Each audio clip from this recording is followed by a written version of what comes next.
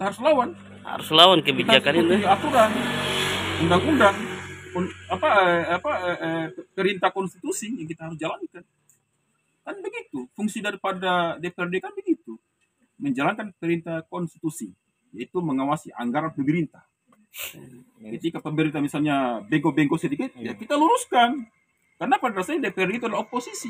Bisa artinya yang menduduki jabatan bergengsi. Ya, kalau sudah bengkok ya berarti sudah melanggar Pancasila itu. Iya.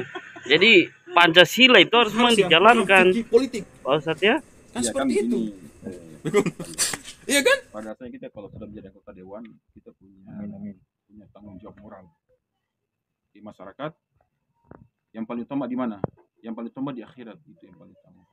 Yang paling pejabat akhirat kan diminta tanggung jawab. Makanya waktu saya jadi ketua RT itu, saya selalu jalan itu, saya bilang saya ini melaksanakan tugas sebagai RT bukan karena apa, karena tanggung jawab di akhirat nanti. Padahal kalau di sini RT ini itu ruang lingkupnya kecil, apalagi anggota dewan. Satu dapil satu ini luas loh.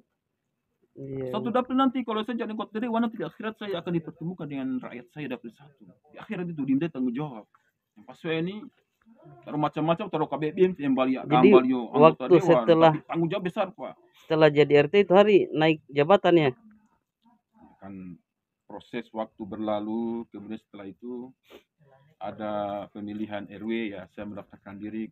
Karena yang saya cari bukan apa, yang saya cari itu adalah kebijakannya. Dengan kita menjadi ketua RW ada power untuk bisa masuki masyarakat, menjelaskan, memberikan pencerahan. Kita masuk ke masyarakat orang yang melakukan pelanggaran Pancasila, undang-undang dasar dan seterusnya. Kita bisa masuk ke masyarakat ketika ada masyarakat yang bengkok-bengkok sedikit. Karena kita ada power, kita ada jabatan politik sebagai ketua RW. Jadi kan begini Pak Ustadz, kebanyakan di masyarakat ketika sudah melihat seorang ustadz itu khawatirnya akan keluar dari rel nanti ketika sudah masuk dalam dunia politik.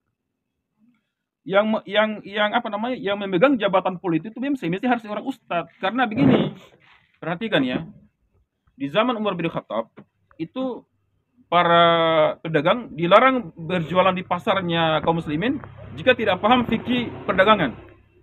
Sekarang mana yang lebih besar, urusan perdagangan atau urusan umat? Urusan umat lebih besar. Artinya yang menduduki jabatan bergengsi, jabatan politik harus yang paham fikih politik. Nah seperti itu. Iya kan? Justru yang menduduki jabatan politik itu harus seorang ustadz karena paham ilmunya, paham fikihnya, ya kan? Paham fikih realita, fikih waktu, dia paham di situ. Jadi memang itu hanya sebagai isu pembodohan tadi ya, bahwa nanti akan keluar dari relnya. Pada dasarnya orang seperti itu kalau menurut Rocky Gerung itu dungu. Ya. Kalau dikatakan misalnya apa tadi? Ketika sudah masuk dalam dunia politik maka kebanyakan keluar dari rel. Intinya ya artinya memang realitanya juga begitu ya, ada memang realitanya begitu ketika orang itu sudah yang tadinya seorang yang komitmen agama begitu masuk di dalam dunia politik menjadi keluar dari rel agama. Cuma memang perlu dipahami dunia politik ini bukan hitam putih, kadang-kadang harus agak rileks. Yang penting bagi saya itu tidak keluar dari prinsip agama,